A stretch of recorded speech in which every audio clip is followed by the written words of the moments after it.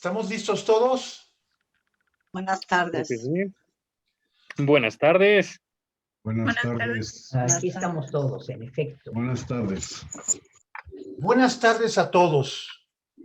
El Colegio de Escritores de Latinoamérica tiene el honor de presentar Los Cuernos de la Hoguera de Owen Leaf y estarán a cargo de la presentación el gran escritor, el gran maestro, coordinador académico de nuestro colegio, el maestro Juan Galván Paulín, y va a estar con nosotros también la joven pero talentosísima editora Ilse Álvarez. Los dejo con ellos, son dueños del evento, son dueños del proyecto. Adelante con Los Cuernos de la Hoguera de Owen Leaf. Bienvenidos todos. Muchas gracias. Bueno, muy buenas tardes a todos los que nos acompañan. Queremos agradecer sobre todo al colegio por esta oportunidad. Yo me voy para allá si quieres. Bueno. ¿Perdón? Ahorita voy, ándale, adiós. No era acá. Y bueno, El perro, es que va a ir a ver. Si hay que revisar los micrófonos porque estamos teniendo ahí alguien que se anda metiendo, por favor. Gracias al maestro Arturo por esta presentación. Y bueno, yo soy la editora de Hayal Guyú Editorial, que comienza con este libro, que es Los Cuernos de la Hoguera. Es nuestro primer libro que sale a la luz, entonces es así como nuestro consentido, ¿no? Y además, pues es el libro escrito por uno de nuestros fundadores, que es Owen Leaf. Este libro tiene un compendio de cuentos de terror, pero también una serie de poemas que a lo largo de sus casi 200 y tantas páginas, pues nos van sumergiendo en diferentes tipos de terror. Y bueno, sí, desde terror psicológico, ¿no? Alguno un poco más fantástico, pero en general el autor lo que trata es llevar en muchos de estos cuentos pues a un momento reflexivo. Y bueno, mi trabajo como editora fue ahí apoyar en todo este proceso de llevar este borrador a un texto formado y bueno, ir puliendo alguno de los cuentos. Ya el autor nos narrará un poco de cómo fueron surgiendo estas ideas, desde cuándo las fue construyendo y demás. Pero hay un cuento en particular al que le tomé cariño, bueno, dos en particular, porque yo soy historiadora. Entonces, hay un cuento que está inspirado en la época de la conquista. Y este cuento, El hambre, además, yo le sugerí, por ejemplo, al autor que utilizara el lenguaje que se utilizaba en esa época, ¿no? Que los textos del siglo XVI tienen. Y esto pues era para generar un ambiente un poco más creíble de, pues de estos personajes, ¿no? Y de toda esta situación. Entonces, bueno, vamos a ver que el proceso editorial del que les puedo hablar yo en este libro, pues conllevó la modificación, ¿no? Y espero que el autor haya quedado contento con los resultados, ¿no? Al final de muchos de estos cuentos y del proceso en el que se llegó. Hay otro cuento que también es El maquinista, que también tiene ahí su trasfondo histórico, ¿no? Donde incluso hicimos un poco de trabajo de archivo para buscar una noticia de esa época que pudiéramos nosotros meter ahí en este texto. Y bueno, con todo esto lo que quiero llevar es que a veces un libro, nosotros pues lo vemos y pensamos que un autor se sienta y lo hace y ya, ¿no? Pero en realidad un libro es el resumen de muchos años de trabajo, de muchas personas que colaboran, contribuyen para que finalmente pues pueda formarse. Y bueno, tanto el diseño como las ilustraciones son del diseño de portada y las ilustraciones son del autor, ¿no? También. Y algo que es muy característico del tipo de ilustraciones que buscamos en Hayal Guyú es que no sean ilustraciones literales, sino que más bien sea también una mirada artística con la que el ilustrador lee y interpreta estos cuentos, ¿no? Tratando de abonar también esta parte conceptual y teórica, ¿no? Que lejos de ver nosotros nada más una escena del cuento, nos lleve también a reflexionar cómo es que ese cuento se puede resumir en una imagen. Y eso es algo que también hace el autor y que yo espero que más adelante pueda explicarnos, ¿no? Algunas de las imágenes y cómo se vinculan con algunos de estos textos. Y bueno, para finalizar mi entrada, no me queda más que agradecer al autor por confiar en mí, ¿no? Y haber aceptado participar en este proceso editorial y pues haber lanzado su primer libro, y espero que no sea el último, que además es un escritor que tiene muchos textos, ¿no? Creo que se sienta 20 minutos y hace 5 libros, pero tiene una gran imaginación y muchas ideas. Entonces, pues no me queda más que felicitar y nuevamente agradecer por el espacio.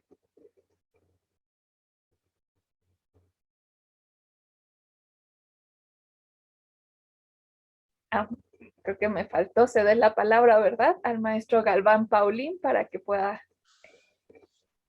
compartirnos sus reflexiones de este texto. Gracias, Ilse. Voy a hacerte una pregunta y la respuesta pudiera esperar hasta el final de la participación del autor a efecto de conocer cuál es la intención de la editorial Hayal Wushu, ¿sí? Es decir, cuál es el perfil, cuál es el propósito y qué es lo que está buscando con esta aventura, como tú en ocasiones la has llamado, esta aventura editorial.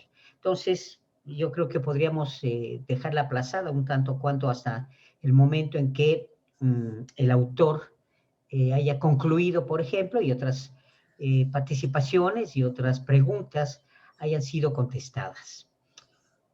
Antes de dar lectura a un ensayo que preparé precisamente para celebrar la edición de Los Cuernos de la Hoguera, quiero preguntarle a Wen Leaf algo que me parece importante sea conocido por los lectores y en este caso por el público que nos está viendo, a efecto de acercarse al género.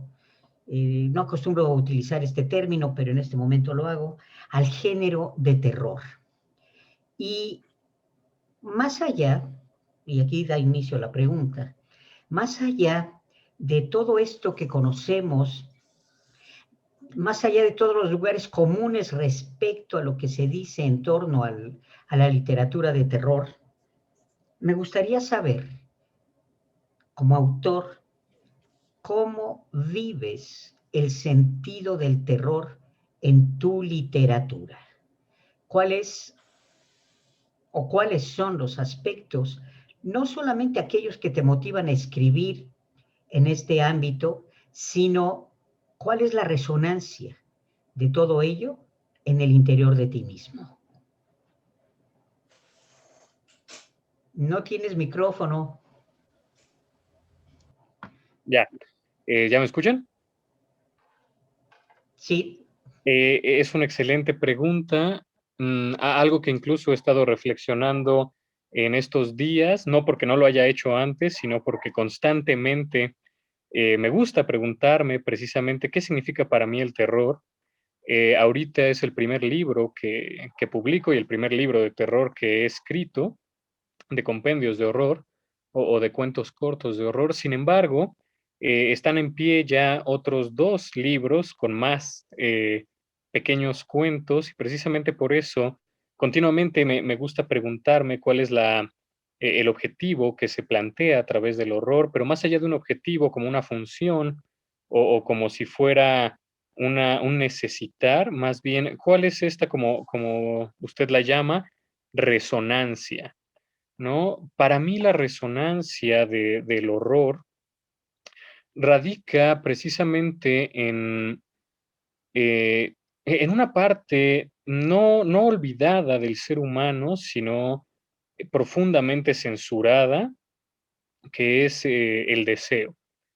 El deseo en sus facetas incluso más terribles, el deseo en sus facetas desencadenadas, y estos elementos que constantemente ocultamos, de los que constantemente nos avergonzamos, ¿no?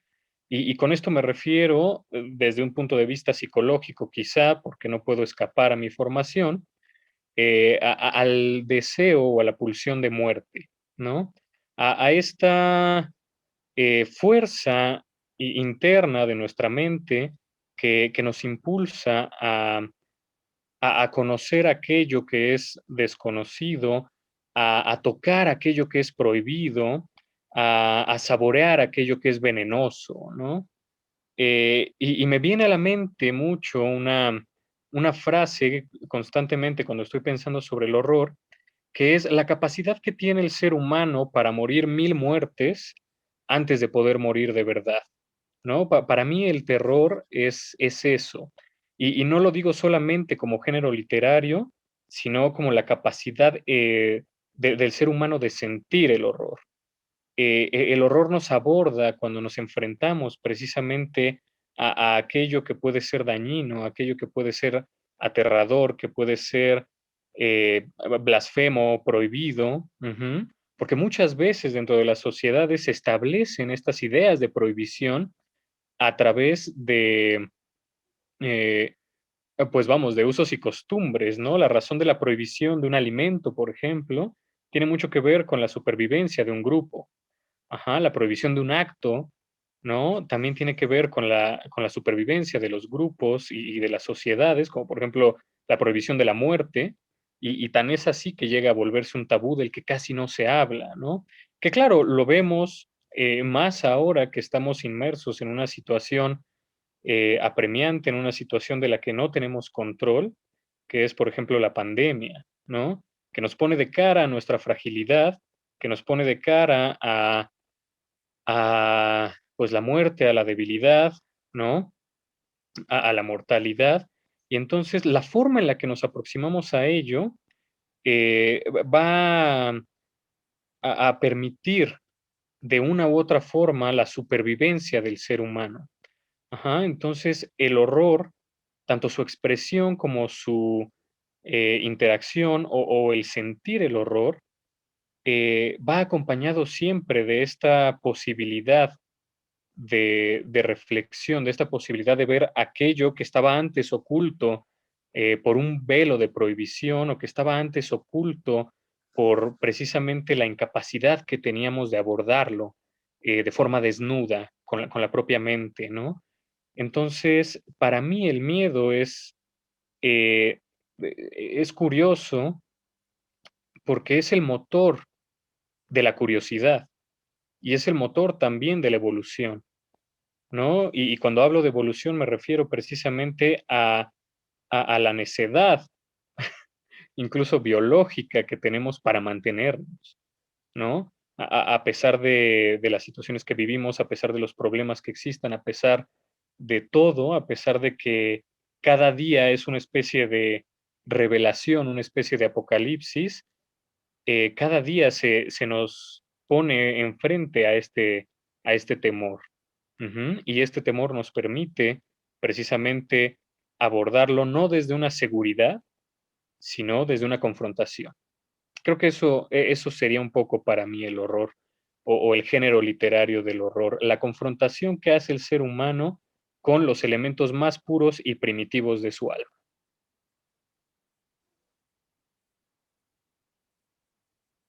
Ahora se le fue a usted el micrófono. En ese sentido, sí, en ese sentido, y toda vez que podemos comprender el orden mismo de la metáfora, del símbolo, de la alegoría, ¿qué de ti, en términos estrictamente personales y en términos estrictamente de tu profundidad, qué de ti hay en particular en esta obra, en este conjunto de cuentos? Pues es una obra íntima, es una obra que hay mucho de mí en ella. ¿no? Cada cuento, por más que pudiera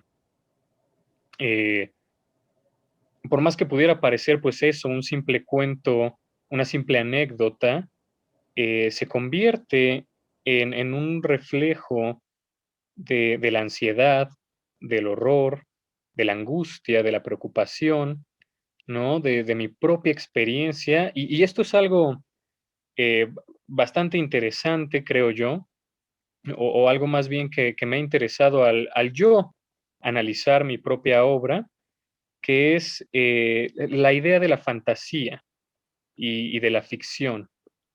Eh, cuando hablamos de ficción, pues obviamente estamos hablando de algo que no hemos vivido, porque es ficticio.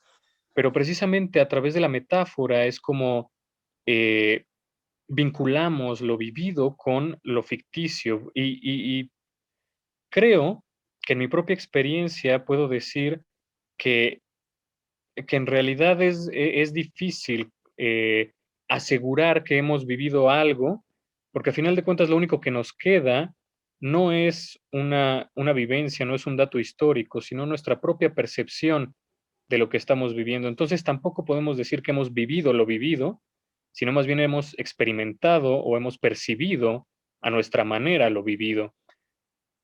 Y ya para no hacerla, para no hacerle al cuento e ir directo a la pregunta, lo que hay de mí en esta antología de cuentos de horror es, como lo decía al principio, ¿no?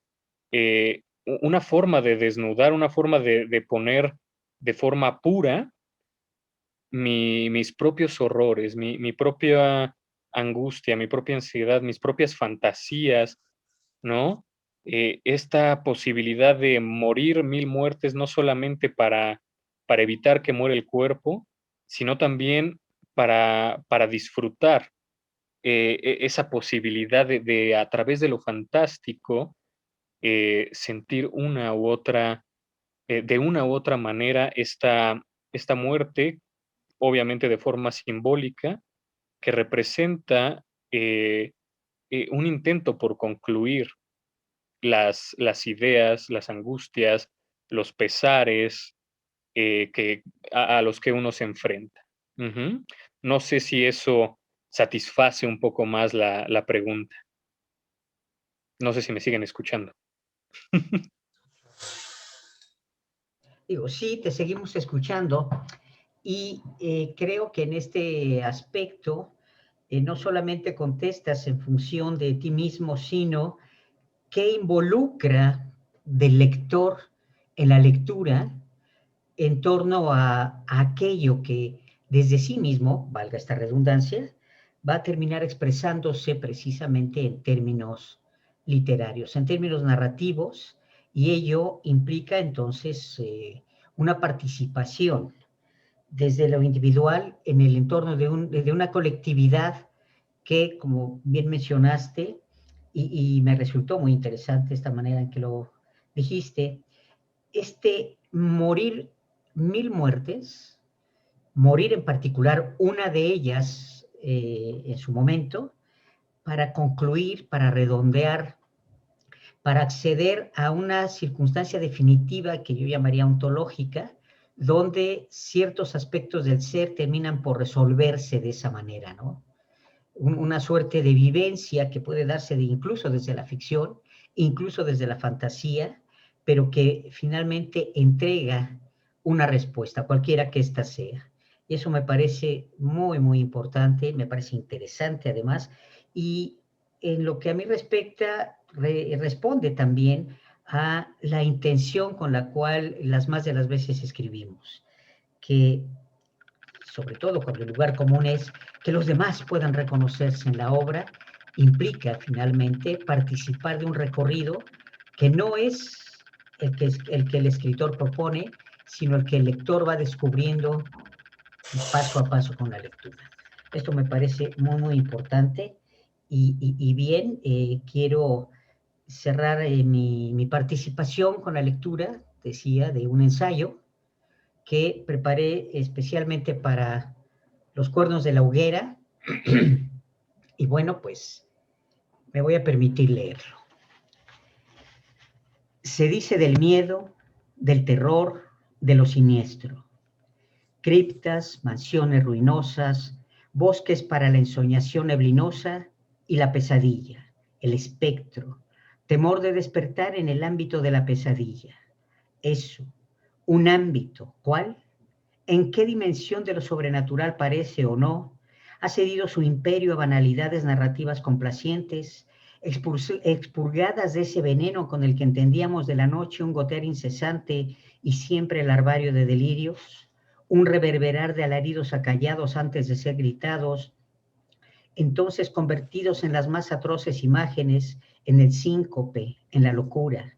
Eso, temor a permanecer en el territorio otro de lo inclasificable antes que desconocido, ignoto por familiar y cotidiano aunque revestido de su sombra. La sombra y su posibilidad de reflejo en un espejo no es otra cosa que mirar o contemplar la más precisa y nítida forma del rostro propio. Y si se dice del terror o de lo siniestro, de lo gótico y de lo vampírico en tanto género literario, con ello no hacemos más que, lo he escrito en otra parte, conjurar su amenaza, desplazar el blanco de su arpón para que el pensamiento y sus especulaciones pretendan aliviarnos de su ibris, de lo que los relatos clasificados de este modo conmueven, despiertan o germinan en nosotros.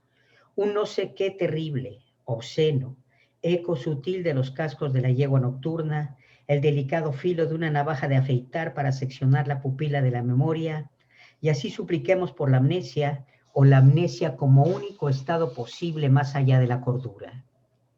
Enciclopedias, historias, antologías de la literatura de terror, de esta rescato los ensayos de Lovecraft y las palabras de Rafael Llopis, de quien apunto de memoria, el cuento de terror como el último reducto de lo sagrado en la mentalidad del hombre de nuestros días. Y esto significa, antes que una creencia, una devoción. Algunos pensarán una obediencia, un garlito, la referencia a esa profundidad oceánica o cósmica de la conciencia en la que las figuras aparecidas como terribles son el devenir simbólico de esa mirada de los sentidos en un estado ontológico hasta entonces insospechado e inaudito, puesto en evidencia, revelado por la metáfora del relato del terror, ámbitos del ser sujeto cuya conciencia padece desamparo. Ámbitos del ser del sujeto cuya conciencia padece desamparo. ¿Acaso el mejor momento en la existencia para alcanzarnos, que da inicio a un recorrido, un abrazar, un reconocer aquello con lo que nos hemos impedido existir, aquello que en efecto puede quitarnos la vida? El miedo es siempre, si es regresión, entonces es silencio, esterilidad, no nada, vacío infértil, un retorno a la incertidumbre del pensamiento. Por tanto, posibilidad infinita de encrucijadas para que en ella se despliegue eso que llamamos nuestra vida. Retorno a las imágenes originarias con las que en tiempos primigenios y también en estos constituimos la dimensión del mundo, de la realidad, antes que nombrarlos, peor, delimitarlos con significados. Con el usufructo de las categorizaciones del relato de terror o de lo siniestro y sus etcéteras, se ha edificado un imaginario tal que el miedo fluctúa entre lo convencional y las banalizaciones de lo que algunos llaman sus recursos o motivos o constantes, del artificio a lo artificioso. Los lugares comunes de estos géneros también son aprovechados por los críticos para celebrar o denostar a quienes mejor o peor se apeguen a los modelos por ellos regenteados. De lo convencional a lo banal, esta fluctuación en la temperatura del miedo provocada por los relatos dio patente de corso para que se desarrollara toda una teoría para definir, por tanto encasillar, lo que se quiere comprender como un subgénero literario al que se ha denominado paraliteratura, llamada también por sus características editoriales de folletín, de evasión. En otro ejercicio, no sé si apologético o involuntariamente descalificador y excluyente, hoy usamos los términos obra o autores de culto. De lo convencional a lo banal, entonces, apropiados ya sus formas y tamizados sus contenidos por territorios de la comunicación, a su cinematografía la hemos transfundido a las series, pero entre el recurso y la profundidad de los relatos de terror o de lo siniestro puede mediar un abismo. La profundidad usa los recursos, pero a veces el uso de los recursos no asegura la profundidad. Puede darse aquí una larga lista a la manera de los tratados, enciclopedias y antologías, un recorrido, digamos, por atender a periodos de la historia de la literatura, de obras de la literatura de terror a partir de la Edad Media. Sin embargo, únicamente mencionaré dos, muy cercanos a nosotros, como ejemplos de la profundidad de esa dificultad que puede entrañar ir más allá del recurso utilizándolo, y esto para comenzar a hablar del libro de cuentos Los cuernos de la hoguera de Owen Leaf. Dos ejemplos más allá del terror y de lo siniestro, Amparo Dávila y Francisco Otario. Ni fantásticos, ni psicológicos, ni morbosos, ni, aunque se les pueda clasificar con estos adjetivos para disminuir la intensidad de surgar las anfractuosidades de la condición humana, de la conciencia del hombre. Los menciono, pues ambos dejan para nosotros el sentido de una literatura que despliega sus secretos como sobrecogimiento permanente. Uno cuya develación no interrumpe o cancela la densidad de su terrible, sino, como en un sistema circulatorio, va llenando la mente, el pensamiento, el cuerpo mismo de desasosiego.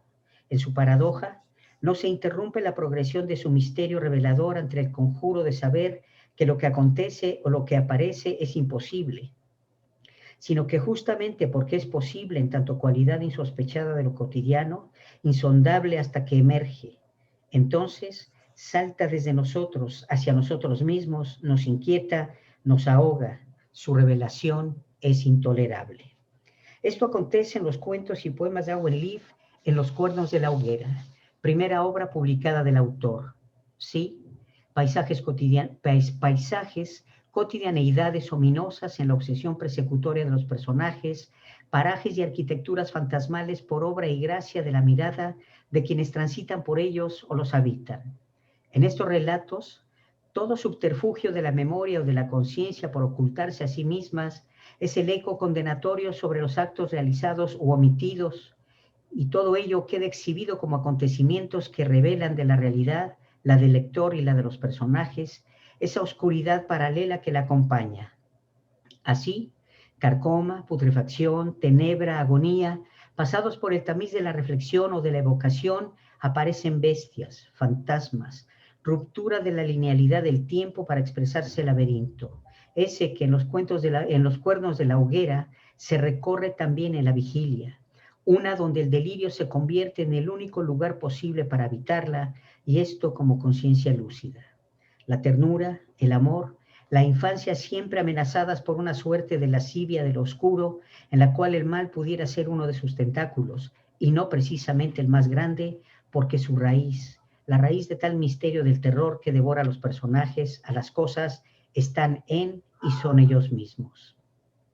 Un permanente juego de espejos en el que las imágenes transmutan caleidoscópicamente como atributos de la conciencia, del pensamiento culpable, herido, rehén del resentimiento, sujeto a la condición irrevocable de las circunstancias, la circunstancia humana, la claustrofobia como estado y condición del ser, sea en una cripta, en una cápsula espacial, en el contenedor de un experimento de aislamiento, en su analogía de permanecer en el lecho atrapados en el sitio más oscuro de nosotros, celdas de las que al salir de ellas entramos en el despliegue infinito de sus cerrojos lubricados por la angustia. En los cuernos de la hoguera, la irrupción de lo extraño no es un advenimiento de lo exterior, de lo totalmente ajeno a la realidad, esa expresión hierofánica tan cara a lo fantástico. Es una emergencia de lo terrible desde las ataduras más codiciosas y profundas de los personajes, que instaura su espanto y sus formas, transfigurando la realidad, al mundo, a las cosas con los aspectos y apariencia de una intolerable conciencia de la falta, de la omisión, del deseo inconfesables que entonces tornan evidencia de la angustia que persigue, nos acosa para al devorarnos, quizá, y únicamente quizá, finalmente miremos en todo espejo el rostro cierto que nos pertenece. Muchas gracias por Los cuernos de la hoguera, Owen Leaf. Muchas gracias por sus palabras. Muchas gracias también por la interpretación, que a mí me parece profunda y certera, un poco sobre la intencionalidad de este texto.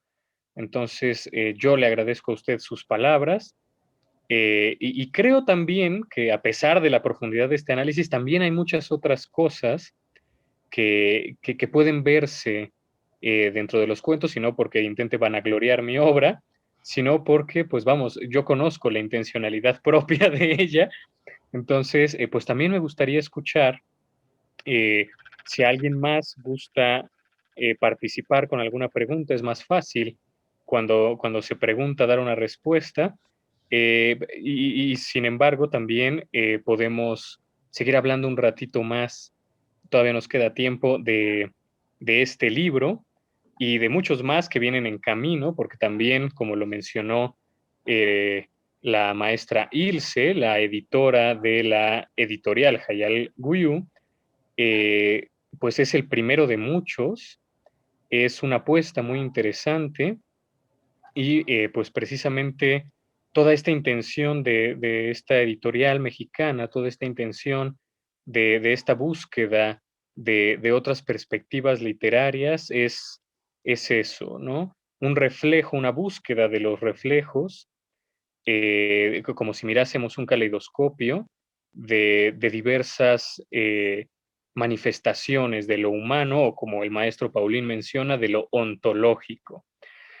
No sé si gusten a hacer algunas preguntas, si las dejamos al final, o si me dan libertad de empezar a hablar sobre mi obra hasta que me canse. Ustedes díganme.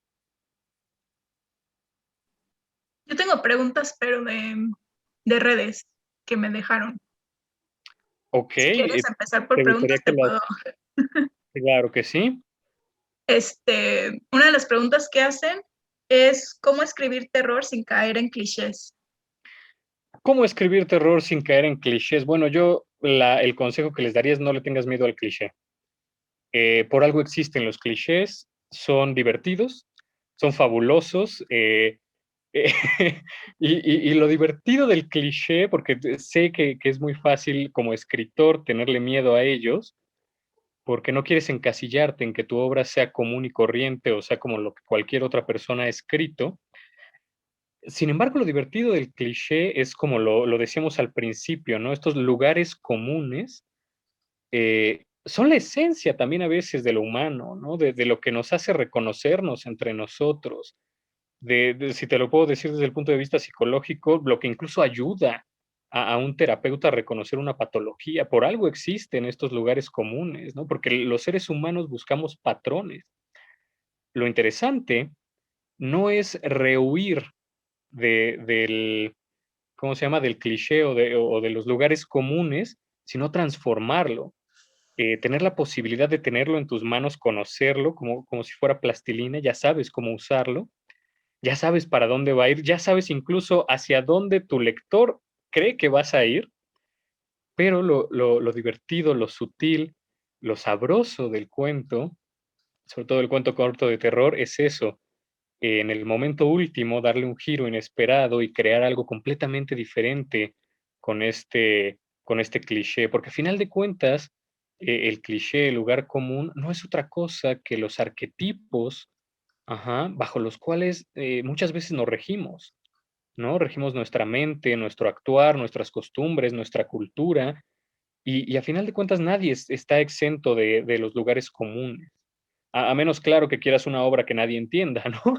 Que solo tú puedas entender, tomando esta esencia, que a final de cuentas es lo humano, y que no me gusta llamarle tanto el cliché, a mí me gustan más los arquetipos, como diría Jung, porque como podrán ver me encanta la psicología y el psicoanálisis, estos arquetipos que formulan y sin embargo no se convierten en fórmula, la estructura psíquica de lo humano, ¿no? Y pensando precisamente en eso, ahorita estaba aquí anotando, eh, la parte del monstruo, la parte del terror, no la da el deseo en sí, no la da la parte oscura del alma humana, no la da el ello como normalmente creemos, ¿no? El ello es como esta parte oscura, oculta, sedienta, hambrienta del ser humano, la sombra, no es lo que crea los monstruos. Lo que crea los monstruos son los mandatos sociales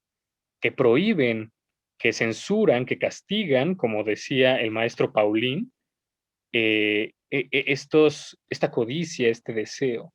Y esa interacción entre nuestro deseo y nuestra prohibición es lo que hace que incluso a veces nos veamos a nosotros mismos como los monstruos, ¿no? Entonces, yo en lo particular recomendaría no huyas del, ¿cómo se llama? Del cliché, transfórmalo. Esa sería mi respuesta. Una pregunta. Dígame, no, ¿con quién tengo el gusto? Daniel Rivera, Mucho gusto, Daniel. al hablar de morir 1000 muertes, si la muerte es parte de la vida, se viven 1000 vidas también. No sé si sea lo correcto y esas vidas forman, dijera Juan Sabines en su libro, todas han sido el amor de mi vida, todas son una vida. Así es, este morir 1000 vidas es lo que me parece maravilloso y me gusta pensarlo incluso desde un punto de vista metafórico, ¿no? Y también aunado a lo psicológico, que yo siempre he creído que van mucho de la mano. La idea de morir 1000 muertes no es solamente un concepto bonito que se nos pueda ocurrir, sino la razón por la que el ser humano no se ha extinto, ¿no? Gracias a nuestra capacidad de pensar e imaginar lo que podría pasar, ya no tenemos que hacer lo que estamos imaginando, ¿no? Supongamos que yo me subo a un rascacielos y en mi mente fantasío con arrojarme al vacío. En mi mente muero, una muerte, va una, faltan otras. Y a partir de esa muerte ya no tengo que morir en cuerpo. Entonces me permito seguir viviendo. Y en efecto, como Daniel nos dice, es vivir 1000 vidas, porque la muerte es precisamente lo que acompaña constantemente a la vida, lo que hace que la vida tenga sentido, lo que hace que busquemos un sentido a la existencia. Si no muriésemos, pues seríamos como piedras que están simplemente ahí y no habría tanto un esfuerzo por sentir que estamos vivos, porque sería simplemente algo que ocurre. Y cuando hablo de mitología, recuerdo, por ejemplo, el árbol de la vida y el árbol del conocimiento. El árbol de la vida otorgaba eso, una vida eterna. El árbol del conocimiento, de la reflexión, del miedo, lo que permite es vivir 1000 vidas y morir 1000 muertes. Y al pensar en esto, pienso también en la idea que tenemos incluso a veces romantizada sobre el suicida, ¿no? También un personaje muy clásico en el terror, ¿no? Hablando de clichés y hablando de muertes. El suicida no busca la muerte, lo que busca es dejar de vivir y a veces ni siquiera eso, lo que en realidad está buscando muchas veces es dejar de sufrir. Pero no existe una huida a la vida, lo que existe es un deseo de dejar de sufrir. Ajá. Y entonces ahí es cuando la muerte se convierte no en una salida, sino en la última salida posible, ¿no? Y esto es lo interesante del ser humano, que aunque nos gusta mucho hablar de nuestra capacidad de supervivencia, de vivir 1000 vidas, de hacerle frente y ¿cómo le llaman a esto? A la resiliencia del horror, del dolor. También existe esta parte, y creo que también es válida escuchar esta parte del deseo de no sufrir más. Ajá. Más allá de entrar en polémicas sobre eutanasia y cosas por el estilo, simplemente entenderlo como una parte de nosotros, una parte humana. El deseo también de la muerte, así como deseamos la vida, porque desear la vida al final de cuentas es esperar la muerte. Espero haber respondido la pregunta. Totalmente, gracias. A usted. No sé si haya más por ahí preguntas de redes. Yo tengo una pregunta también. ¿Con Ay, quién tengo perdón. el gusto? Con Omar. Omar, ¿qué tal? ¿Qué tal? Oye, hasta cierto punto ya la respondiste en la primera pregunta que te hicieron, pero bueno, a ver si puedes complementarla. ¿Consideras que este libro, Los cuernos de la hoguera, por decirlo de una manera un tanto burda, puede horrorizar a cualquier persona en el mundo? Obviamente independientemente de las barreras del idioma, ¿o crees que apela más a una cosmovisión más occidental? Si no fui claro, por ejemplo, ¿sería lo mismo que lo lea alguien que vive en la India o alguien que vive en Estados Unidos? ¿Lo pueden abstraer de igual manera? Mm, creo que, bueno, para mí, como yo estoy entendiendo la pregunta, no. Porque de entrada ni usted ni yo vamos a leer igual mi libro. Entonces, el horror se encuentra en distintas formas, en distintos momentos, ¿no? Incluso ahorita hablando de la muerte y de cómo a veces en ciertas culturas es tabú, en ciertas culturas no lo es, ¿no? En ciertas culturas existe adoración a la muerte, ¿no? Y no nos vayamos tan lejos. Aquí en nuestro propio país, ¿no? Está la Santa Muerte, están estas ideas de, y que han perdurado incluso desde ritos paganos y previos incluso al cristianismo y al monoteísmo, todos estos rituales que nos hablaban precisamente de la muerte como una transformación, de la muerte como una transición, pero también de la muerte como una muerte, ¿no? Yo creo que cuando hablamos precisamente de arquetipos y lugares comunes, aunque cada cultura tendrá distintos lugares comunes, cuando se apela al arquetipo, cuando se apela a la esencia del sentimiento, no de la escena, no sacrificar el contenido por lo estético, cuando se apela a la sensación, creo que existe más posibilidad de encontrar esa reverberancia, ¿no? La verdad, este libro es nuevo, lo habrán leído algunas 100 personas aproximadamente. No sabría decir qué tan lejos, qué tanto puede horrorizar. Puedo hablar de algunas personas que me han compartido que a algunos les ha parecido muy atractivo, a algunos les ha parecido poético, a otros les ha parecido horrendo, en el buen sentido. Recuerdo, por ejemplo, a un lector que me escribió para comentarme precisamente que a pesar de que había algunas metáforas que él se daba cuenta de que ocultaban algo que podía ser personal, sí encontraba esta resonancia del pensamiento y de la fantasía paranoica, ¿no? De esas noches de soledad, de esas noches de tormenta, hablando nuevamente de estereotipos, en las que uno comienza a fantasear con las cosas más terribles que pueden ocurrir, rostros en las ventanas, alaridos en la noche, ¿no? Este tipo de elementos, pero no de una forma burda y no de una forma común, sino de una forma expresada a partir precisamente de la emoción.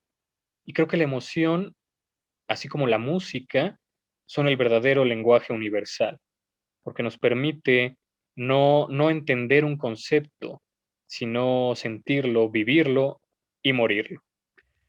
No sé si pude responder bien tu pregunta, Omar. Sí, gracias, muy buena respuesta. Al contrario, gracias a ti.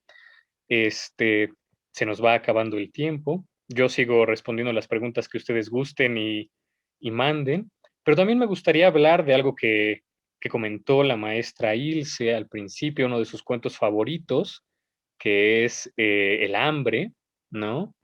Y precisamente ahí encuentro una de mis más grandes fascinaciones y respondiendo también a la pregunta de Omar, yo creo que ese cuento en particular, no cualquier cultura o civilización o sociedad la entendería porque pues esa, a final de cuentas, esa historia está planteada para, para nuestra historia, ¿no? Es un poco la idea de enfrentarse, para no hacer mucho alusión al cuento, simplemente es la postura de estos exploradores, de estos conquistadores, al enfrentarse con un mundo desconocido, un mundo que bajo su lupa, bajo su lente, sería considerado salvaje, ¿no? Y entonces, aunque quizá muchas de los elementos y referencias no puedan ser inscritos y ¿cómo decirlo?, traducidos a otros idiomas, a otras culturas, esa idea de enfrentarme a aquello que yo considero salvaje y al mismo tiempo descubrir en el salvajismo, entre comillas, descubrir en ese salvajismo una, una humanidad que muchas veces le arrancaron al salvaje y descubrir a veces incluso que, y no es vender la idea de que los salvajes somos nosotros, ni mucho menos, sino entender precisamente que lo salvaje es el núcleo de nuestra alma. Y cuando nos enfrentamos a eso viéndolo en un cuerpo ajeno, nos aterra, porque en realidad lo que nos está aterrando es ese salvajismo que está dentro de nosotros. Eso es un poco lo que intento exponer en este cuento que la maestra Ilse comenta que es su favorito. Y creo también que pues ese elemento puede ser comprendido por diversas culturas más allá de los referentes hispanohablantes, ¿no? Eso es un poco lo que también quería comentar al respecto. Si hay más preguntas en línea, a mí me encanta responderlas porque siempre se les ocurren cosas más interesantes a los que preguntan que a mí para decir. Entonces, bienvenido sea. No sé El, si hay todavía más. el maestro Arturo te pregunta, ¿qué te ha llevado a WinLeaf a convertirte en escritor? Esa sí es difícil. ¿Qué me ha llevado a convertirme en escritor? Pues, primero que nada, la admiración a otros escritores, la eh, el deseo de sentir eh, esa posibilidad de compartir un mensaje con alguien más, de compartir emociones con alguien más, ¿no? Más allá de la intimidad personal que se puede tener con una pareja, con un amigo, eh, intimar con un desconocido, por más obsceno que suene, pero en un sentido emocional. Ujú. Porque eso es lo que yo admiro de escritores, ¿no? Y entonces reconozco, por ejemplo, a mis padres, escritores, a Macarena Huicochea, a Juan Galván Paulín, ¿no? Grandes escritores que son mi principal admiración e inspiración. Pero más que hablar de todos los autores que me inspiran, que me gustan, y los que aborrezco también y que intento alejarme de ese estilo a veces, eh, creo que lo que me gusta y lo que me lleva a escribir es una necesidad más que, más que otros autores, más que verlo como un trabajo, es una necesidad de sentir y de expresar ese sentimiento, una necesidad de desahogar, de sentirme escuchado y de escucharme a mí mismo y de escuchar a otros cuando escriben, de escuchar a otros cuando leen, cuando me leen.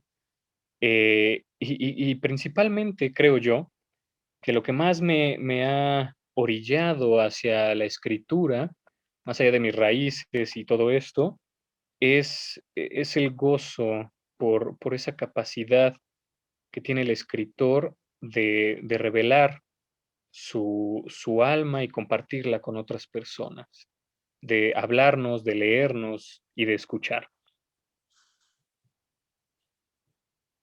Muchas gracias. A Muchas usted, maestro.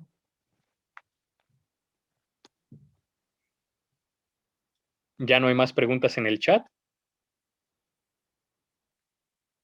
Creo que no. Eh, entonces, pues ahora yo podría hablarles un poco antes de terminar sobre la experiencia de la escritura. Es algo fascinante, es algo difícil.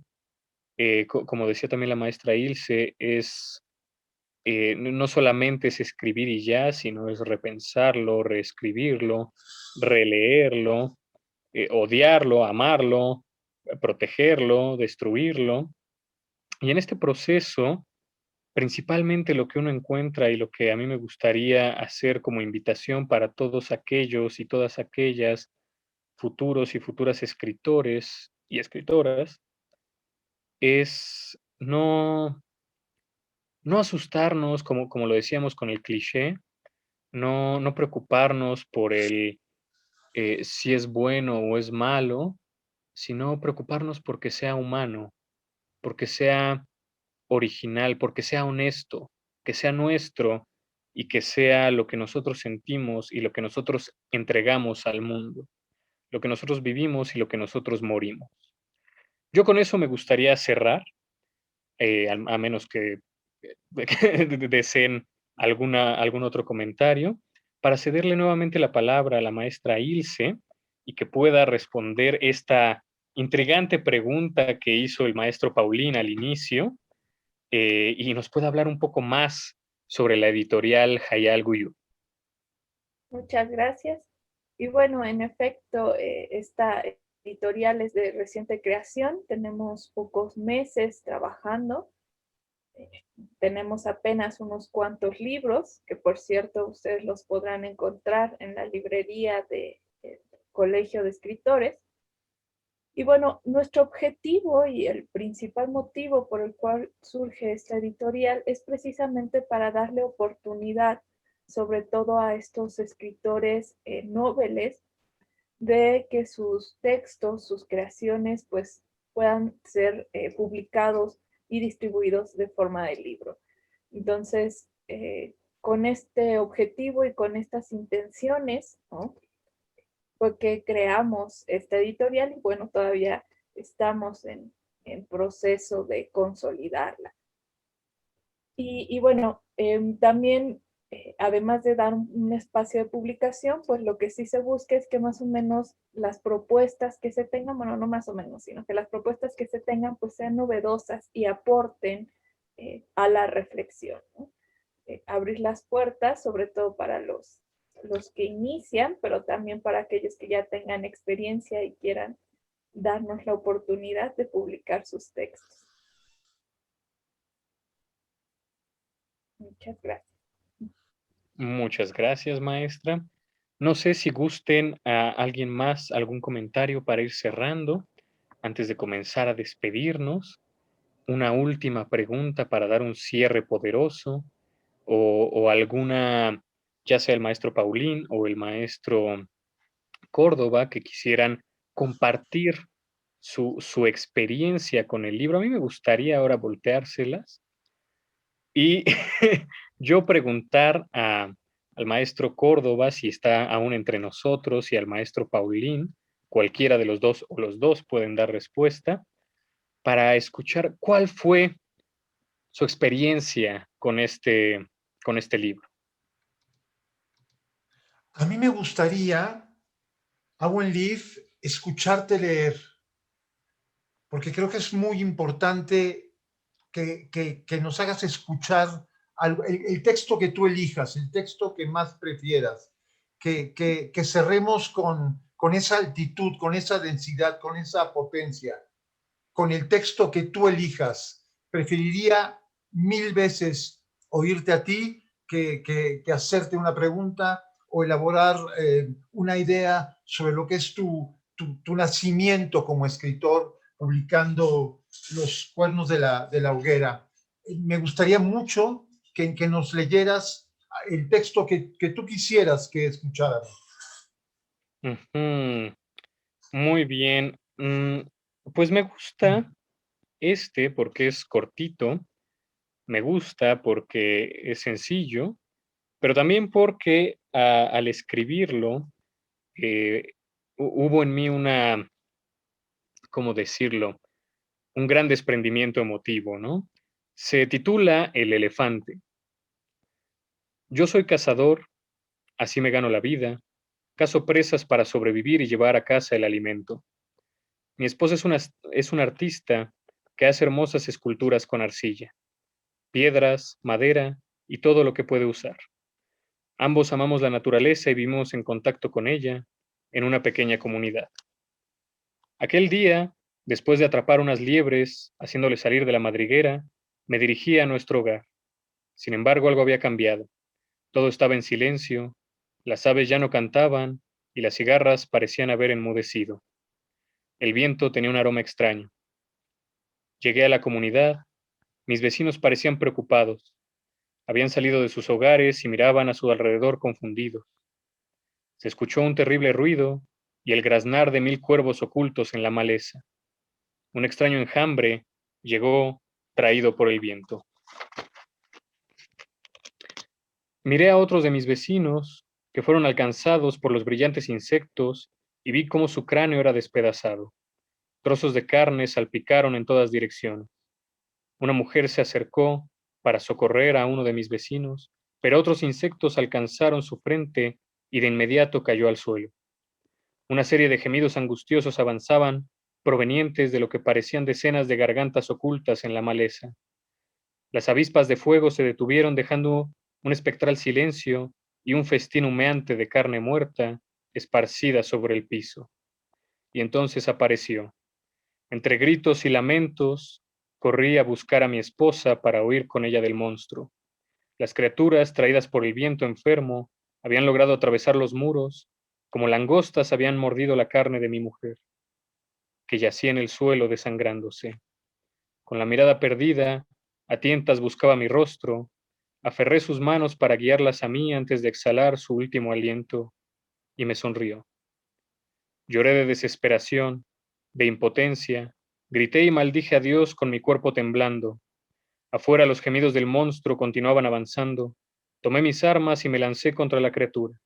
Su trompa escupió una enorme bola de fuego, haciendo saltar por los aires a otros hombres que detrás de mí corrían para defenderse. La piel del monstruo era tremendamente fuerte y nada parecía penetrar o dañar su cuerpo. Poco después, todos estaban muertos.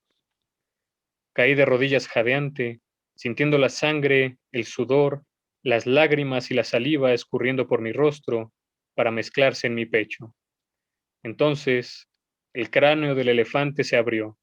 De sus entrañas emergió el diablo blanco, vestido con el color de la selva, para reclamar nuestras tierras.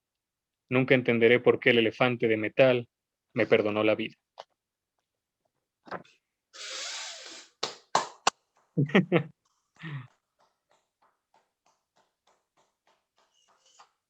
Los veo muy silenciosos, ¿no les gustó el cuento? Fantástico. De verdad, de verdad. Gracias, gracias. Para mí Bien. es, Perdón. no, que para mí es tema nuevo. Yo ya tengo el libro desde que lo sacaste la primera vez. Y bueno, y para mí es tema nuevo porque a mí las series y estas de terror no me gustan. O sea, no es un género que yo me la paso ahí sufriendo. Por eso bastante sufro, ¿no? Te entiendo más desde la parte psicológica, arquetipos, porque también soy psicóloga, soy tanatóloga. Estoy escribiendo un libro. Por ahí me estoy encantada de estar en la escuela y de que el profesor Paulín sea mi guía, la verdad. Yo soy empírica, yo no tengo carrera en este sentido de escritura, pero bueno, creo que vamos muy bien. Lo que voy es a esto.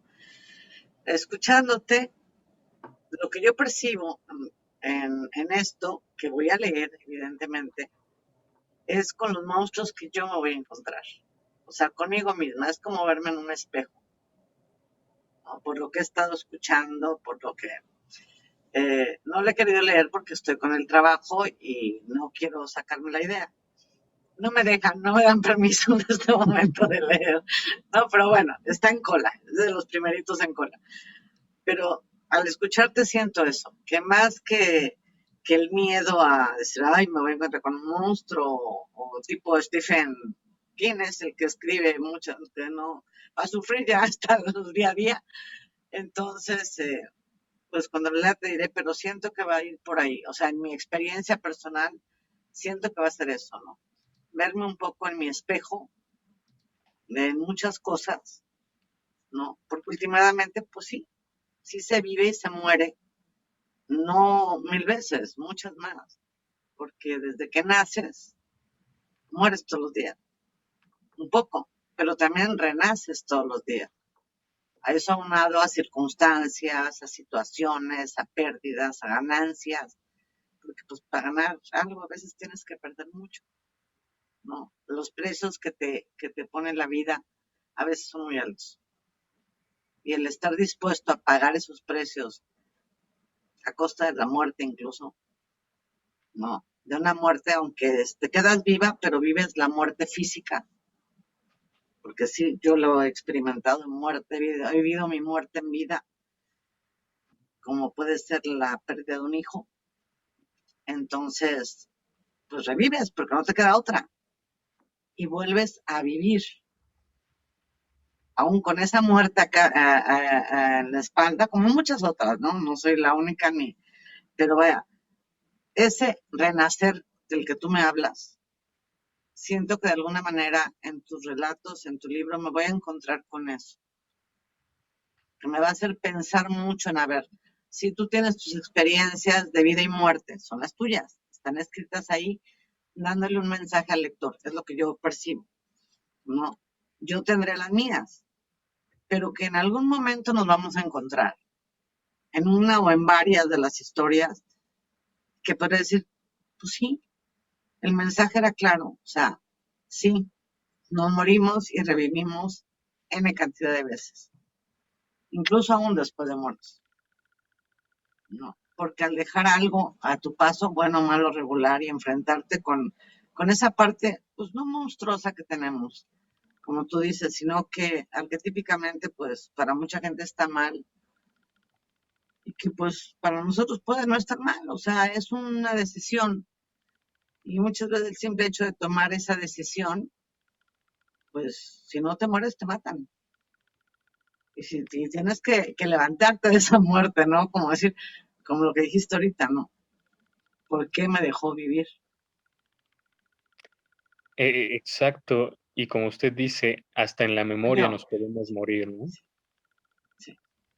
En la memoria, en el corazón, tu cuerpo incluso, ¿no? Si llegas a pasar por la muerte física, sentirla, aunque no estás físicamente muerto, ¿no?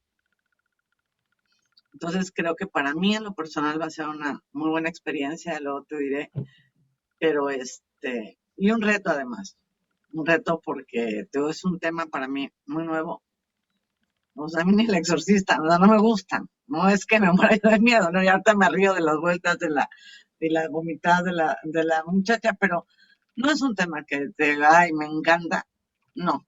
En este caso, pues, por curiosidad, por solidaridad, por cariño, porque estoy parte de la escuela, me siento parte de la escuela, me han acogido muy bien todos los que he ido conociendo. Yo estoy en Veracruz, entonces, pues creo que eso es parte de, ¿no? Entonces ya cuando sea el momento te platicaré cómo me fue y con qué Excelente. monstruos me encontré, porque pues evidentemente pues los tengo. Todos los tenemos, aunque no nos guste, y pues pararte con tu escudo y con la espada y decir, pues sí, yo también tengo eso. Creo que va a ser así como una introspección y una catarsis también. Muy Deseo bien. mucho éxito. Me encanta cómo hablas, me encanta ser psicólogo y me encantaría algún día poder tener una plática, ahora sí ya a nivel al otro nivel, no de escritores, sino de psicología, porque a mí también me gusta mucho. Entonces, te deseo todo el éxito del mundo. Yo lo recomiendo siempre. Y bueno, pues, qué buena patada es una buena patada para empezar también con la editorial. Yo espero no escribir nada más un libro, sino seguirle. Y pues ahí me tendrán para poder editar mis libros. Claro que sí, y si quiere publicar con Hayal Guyú, también está la oportunidad. Muchas gracias por su No, a ti, participación. ya te Muchas gracias conocía yo de también. algunos videos. Muchas gracias también por sus palabras y espero que disfrute mucho el libro. No sé si ya es tiempo, si ya debemos irnos o si por ahí escuché la voz inconfundible del maestro Paulín que quería decir algo todavía. Sí, lo único que quería decir es que, bueno, pues por favor, compren el libro, léanlo. Está en el Colegio de Escritores de Latinoamérica, entonces creo que está haciendo envíos a domicilio, se pueden comunicar a través de la dirección electrónica que aparece incluso en la página del colegio. Y es importante que leamos, es importante que conozcamos lo que se está escribiendo en este momento, ¿sí? Para no compararlo, sino para entender que hay una continuidad dentro del proceso mismo de la literatura, ¿no? Entonces, compren el libro y, haciéndole un comercial a la propia editorial, también consigan los próximos libros. Acaba de aparecer el de Lua Betancourt, Mística, y están por aparecer otros 2 textos, si mal no tengo entendido, son 2 textos que están relacionados con el propio Colegio de Escritores de Latinoamérica. Creo que son 3 más bien. Entonces, sí, es importante que se compren, se consuma literatura, se compren libros y se consuma literatura, porque si no, no vamos a salir de donde estamos. Necesitamos leer y acabar precisamente con esa condición de siempre estar atrás del que está dando el paso antes que nosotros, ¿no? Entonces tenemos que leer, involucrarnos con estas realidades, ¿sí? Y, bien, caminar por ese sendero. Así pues, que consigan su libro, consigan Los Cuernos de la Hoguera. Muchas gracias. Y para prolongar este comercial todavía más, visítenos en redes sociales como Hayal Guyú MX en Facebook. Y también, para que no se hagan bolas con nuestras redes sociales, porque admito que el nombre no es sencillo, pueden visitarnos directamente a nuestra página oficial, que es hgeditorial.com.mx, precisamente para que puedan visitar y descubrir los libros que estamos próximos a publicar, otros que ya están publicados, para que conozcan a nuevos autores, a esta nueva promesa, Lua Betancourt, con su poemario de mística, una mezcla muy interesante entre mitología, poesía y cotidianeidad. Obviamente mi libro, Los Cuernos de la Hoguera, que ya hablamos suficiente de él. El libro próximo del maestro Juan Galván Paulín, Calar en el espejo, una retrospectiva y una reflexión muy interesante sobre varios autores y varios estilos literarios, que se convierte por sí mismo en una propia obra literaria. Tenemos también el nuevo poema de Orlando, de nuestro querido Orlando, que también está ahí presente en la Escuela de Escritores, está también encargado de manejar algunos libros en la librería. Y pues él, en este ámbito de conocer, de leer, de conocer a tantos escritores, también de estudiar en la Escuela de Escritores, de reconocerse a sí mismo como escritor, tiene un poemario que se titula Arca Secreta, un vistazo al alma de este hombre, un alma que además tengo el gusto de conocer personalmente a este escritor, y que es un alma bastante romántica y tiene una perspectiva muy interesante, muy, tiene tintes de frescura con tintes de tradición en lo poético. Y también a un escritor muy querido, el maestro Alejandro Paniagua, que pues además de que tiene ya varia trayectoria literaria, y si se dan una vuelta por nuestras redes o por nuestra página verán a qué me refiero, también va a publicar con nosotros próximamente un poemario que se titula Yo soy Batman. Está pendiente todavía, esperemos que no nos diga nada por los de derechos de autor por el título, pero de verdad, una experiencia que a mí en lo personal me conmovió, de manera que muy poca poesía lo ha podido hacer. Entonces visítenos, dense una vueltecita. Hay muchos textos, faltan muchos más, pero mientras vayan haciéndose su colección de Hayal Guyú. Y pues muchas gracias. Creo que ya nos pasamos un poquito de tiempo, pero les agradezco su atención y su presencia a todas y a todos los que están aquí acompañándonos el día de hoy. Muchas gracias y hasta luego.